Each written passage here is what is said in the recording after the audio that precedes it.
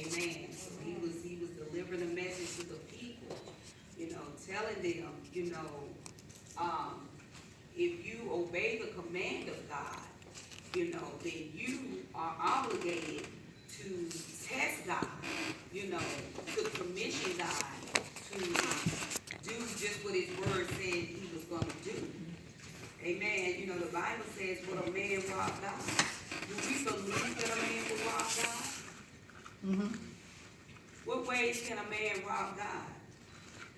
Well, funny that you say that. We was reading on that today at home, and it was like, when Bishop had read it, like you said, it's a commandment of 10. But then, the more he read, it said that when we don't give our 10, that we being disobedient. So we're not obeying, the Father, and like you say, that commandment that he gave us. So, like you said, we rob them, with our tithes and offering.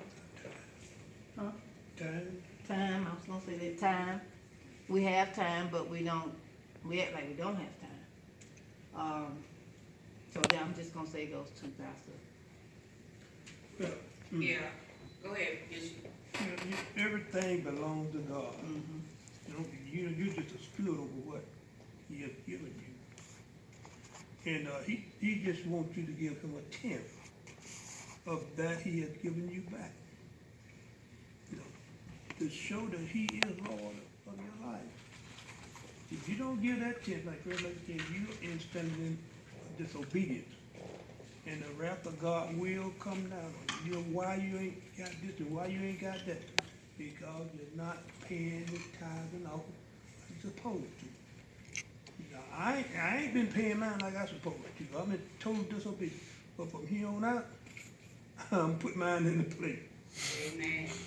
And so when God when he said, what is the church? The church is a hospital for who?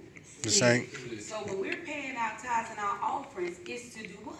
Healing. It's to help the sick. Mm-hmm. It's to help the poor, to help the widows. So Malachi trying to explain to them that your relationship, your obedience to God is more than just your private worship, but it's about public worship and public commitment to the things that God has called us to do. What did Jesus say? He said, I didn't come for the healthy, but I came for the sick. He didn't come for the righteous, but the unrighteous. So when we're walking in compliance with the word of God, by giving a portion of our income to God, giving a portion of our time to God, giving a portion of our talent to God, then guess what?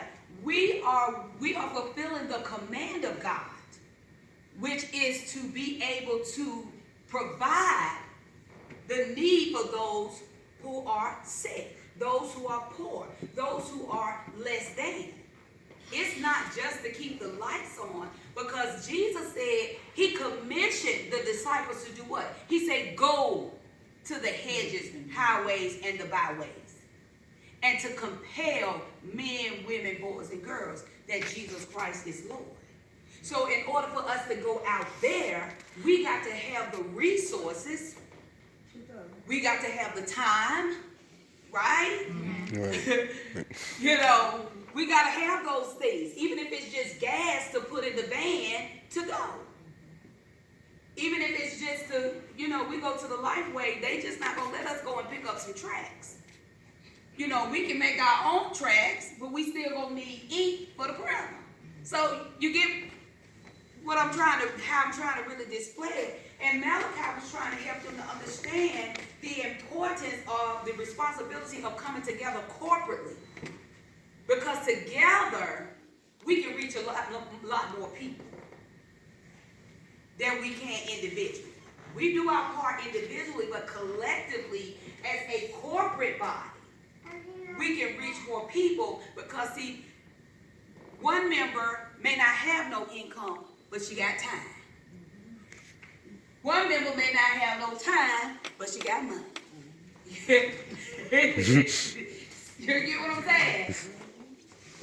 So corporately, we put all of our resources together then we can be able to go out and reach the people that God has commanded us to reach. It said Malachi tried to reawaken a sense of corporate responsibility for the poor and for public worship. He knew that obedience to God was more than just private religion. There are social implications to one's relationship with God. One of those implications involves giving away a portion of one's income to those who are in need. When people come through these doors, they have a need.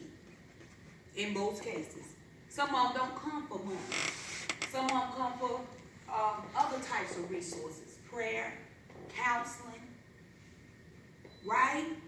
And see, the thing about it, we can't even, me as a pastor, bishop, being in a role as a bishop, because the church, when the disciples went out, the people took care of them.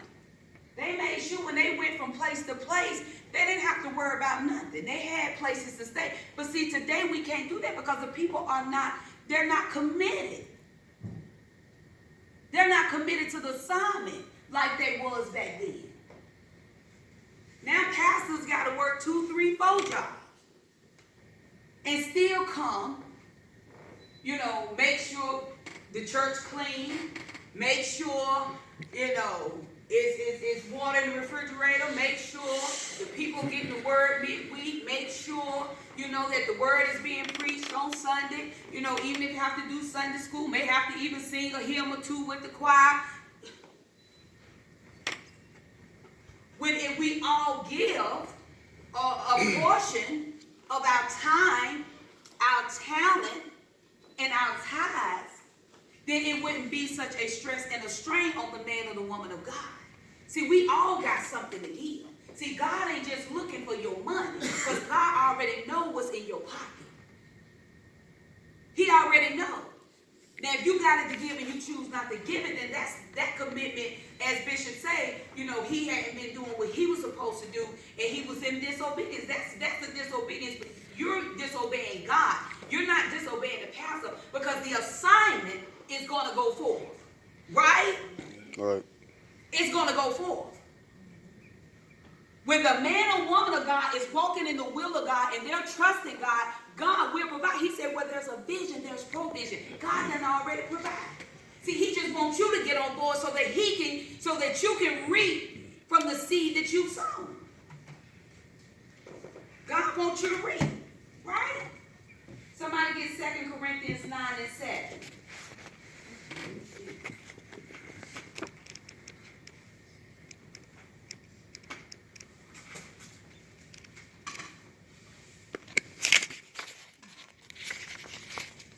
Corinthians 9 and 7. You might want to move under one of the lights.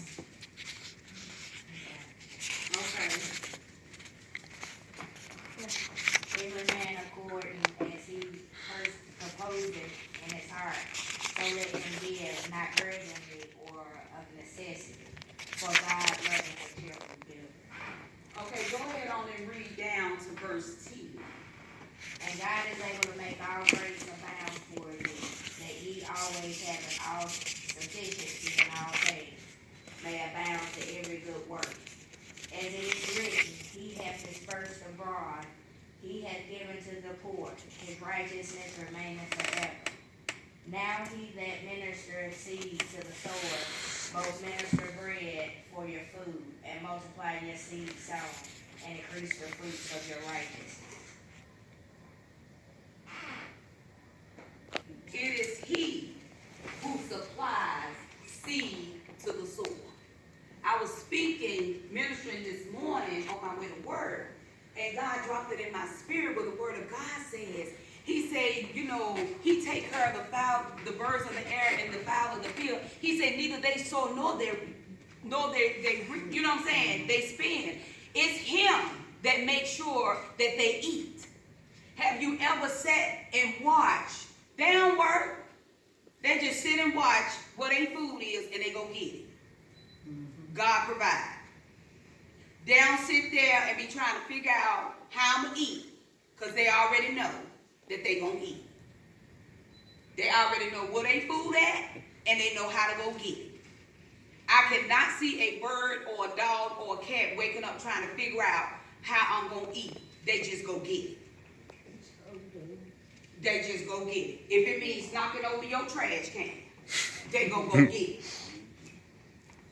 How many times you done went outside and something done ripped in your trash and you got trash all over the ground?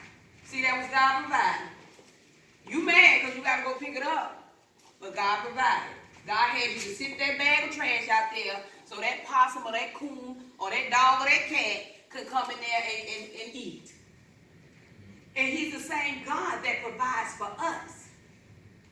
And the Bible tells us, he said, be anxious for nothing, but in all things through prayer and supplication, make your request known unto God.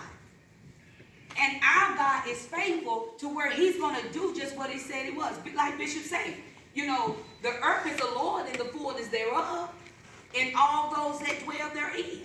Now, if God would take care of the bird of the air and the fowl of the field, what more do you not think that he'll take care of us who he created in his own image and his likeness?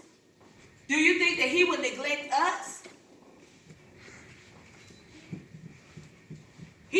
We're the ones that he breathed his soul into. Do you think that he would neglect us? Oh, no. I'm going to take care of the birds of the air. You know, they'll be all right. I'll let man figure it out. The ones that I created in my own image and my likeness, I'll let them figure it out. No, that's not the God that we serve.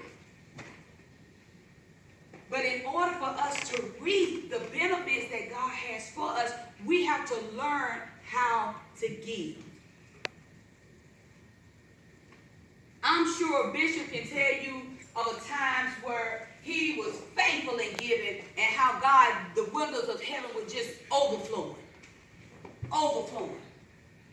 But see, when we get away from doing what God has called us to do, God is not obligated to bless seed that we sow that is not according to his will. How many of you believe that? Mm-hmm. You go to work and you work 40 hours. Then you go and you give your money to the ABC store. You give your money to the crack man. And you broke. Yeah, you broke. And God is not obligated to pay your bills or to send somebody who is faithful in their giving to sow back into your life when you done sowed your seed into the kingdom of Satan. Then that's when you got people when they start, well, how am I gonna do this? Now the devil come, well, you know, you can go rob Johnny. You see Johnny had that money in the nightstand. You know, hey, you need some meat. Go on up there to food line. I don't be paying you no attention. Go on there, put your couple of packs in your pants and walk on out the door. Setting you up. They watch you all around the store. As soon as you get to the door, they snatch you. And then you go downtown with a charge for some chicken. When you could have simply sold your seed according to the will of God. And I'm not talking about people that don't know God. I'm talking about the ones that do. The ones that know what God's word said, but they still choose to sow their seed into the kingdom of Satan. And expect God is obligated to bless it. Expect God, oh God, you said in your word.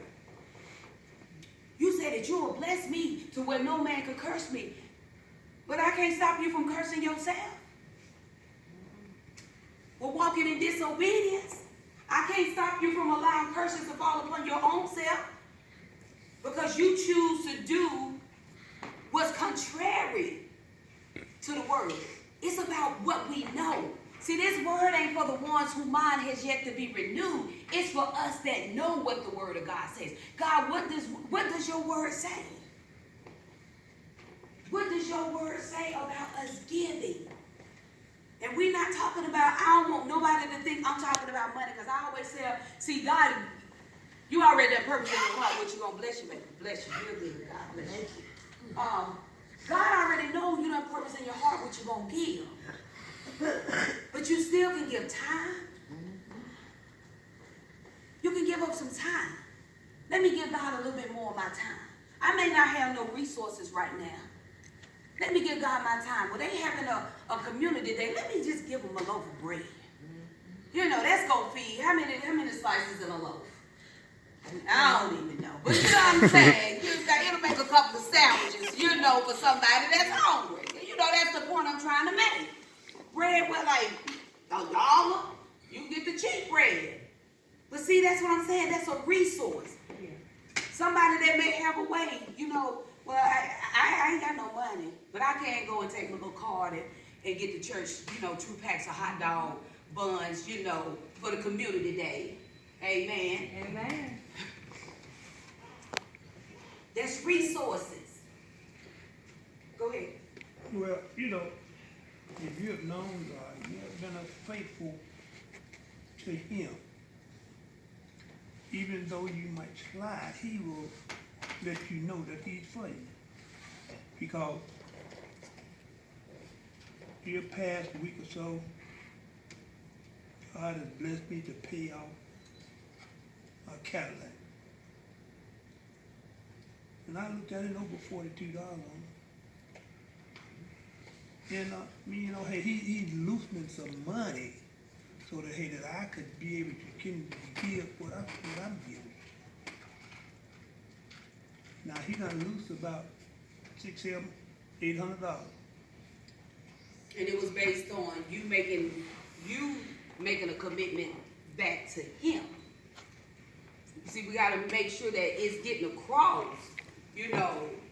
In other words, God will free up some resources, but you gotta be willing to hear God to say, okay, I don't need that.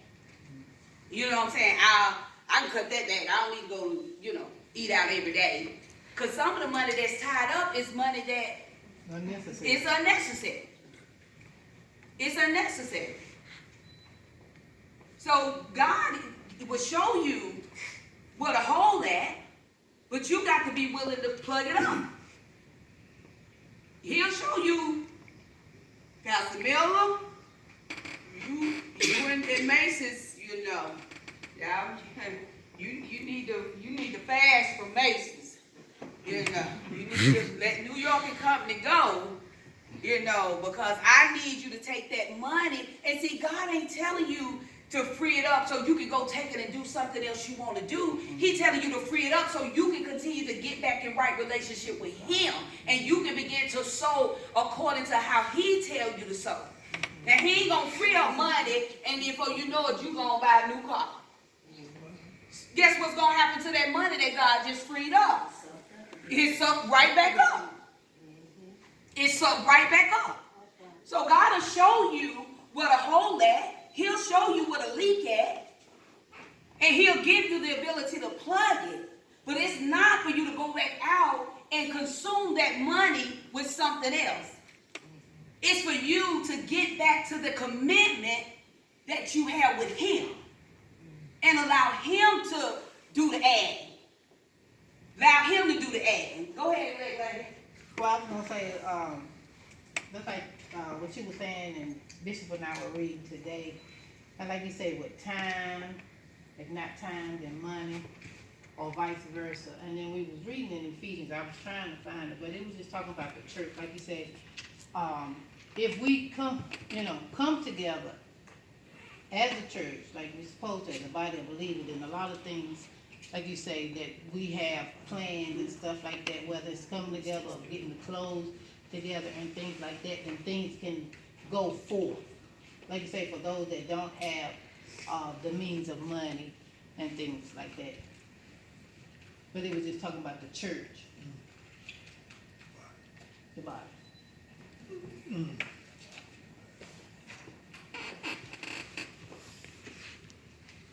So,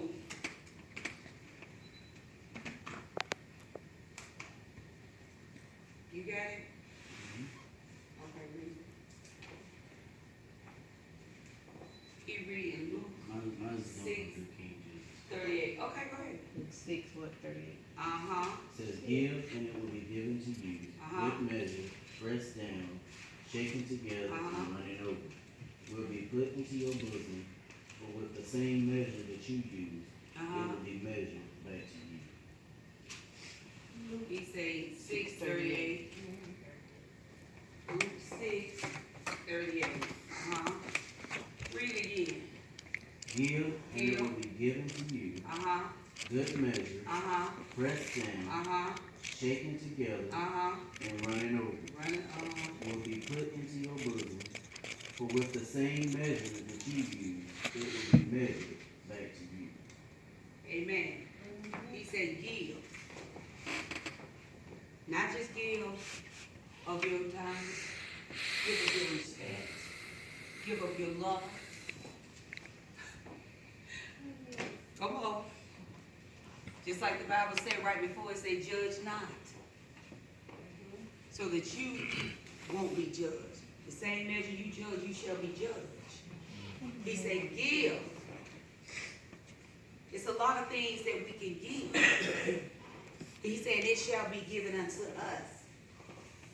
Good measure, pressed down, shaken together, running over, will be poured into our lap. For the measure you use, it shall be measured unto you.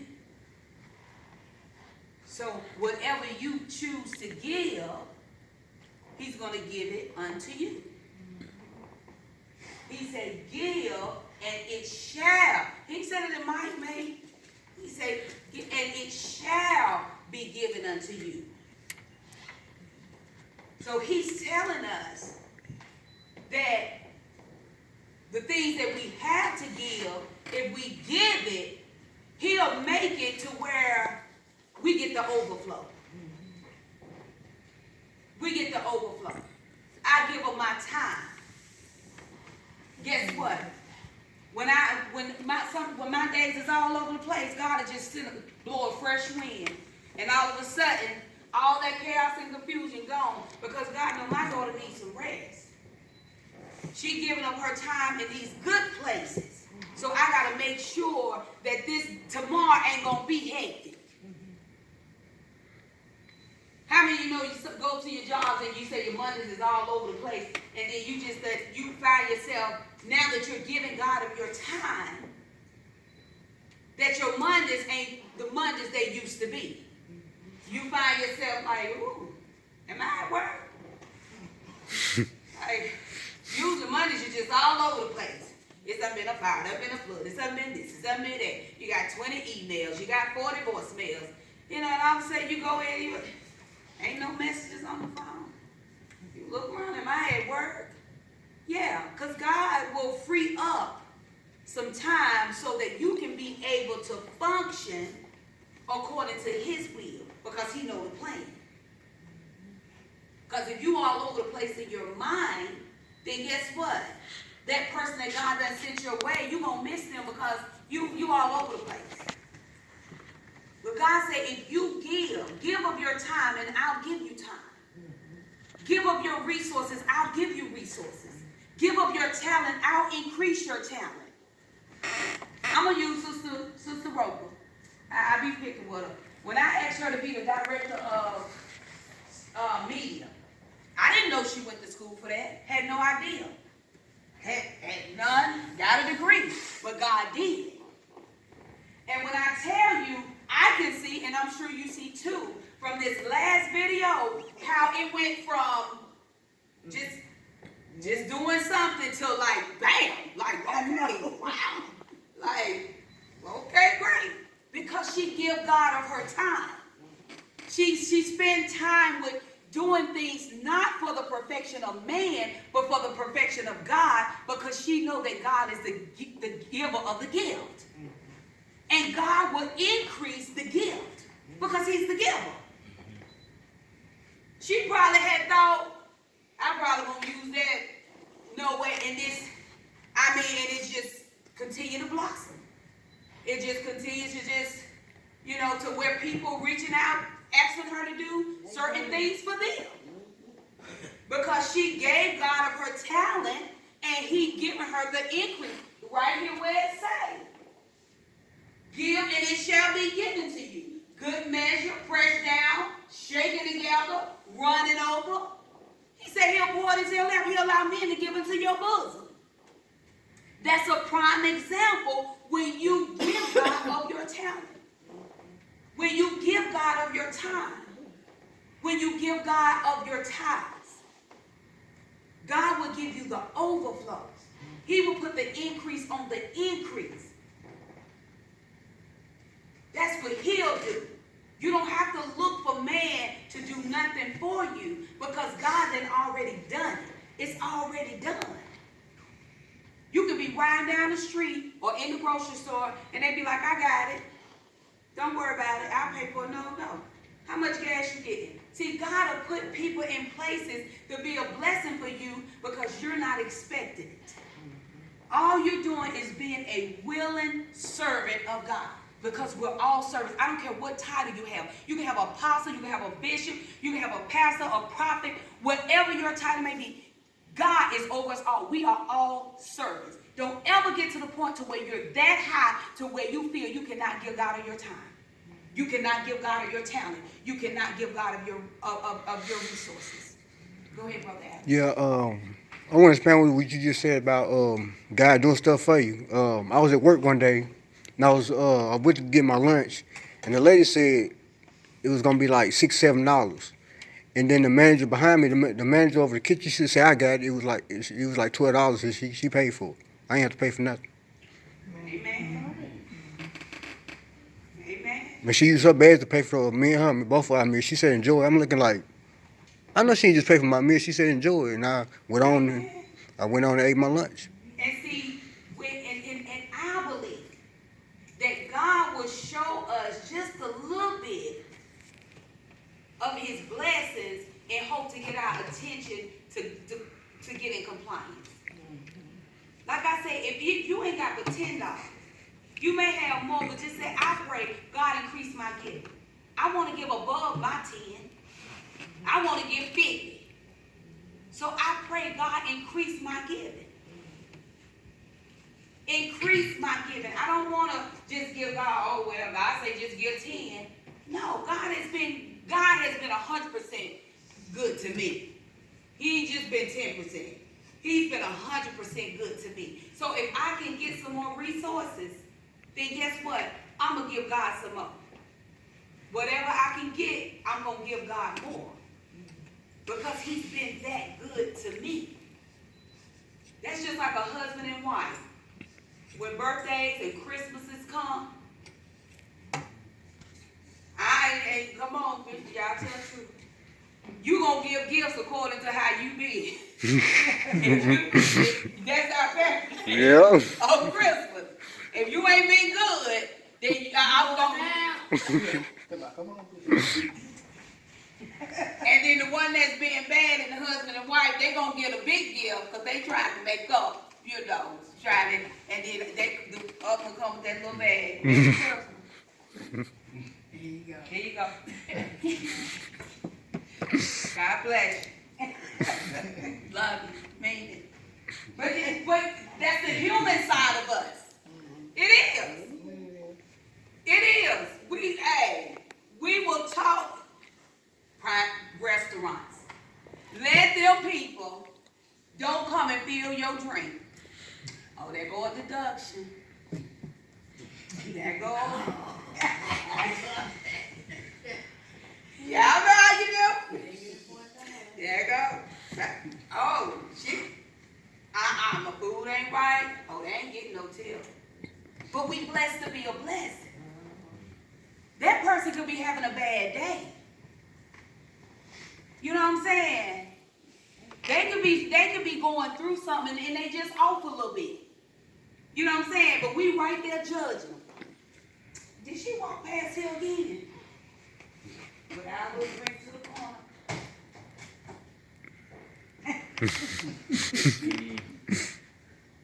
Ma'am.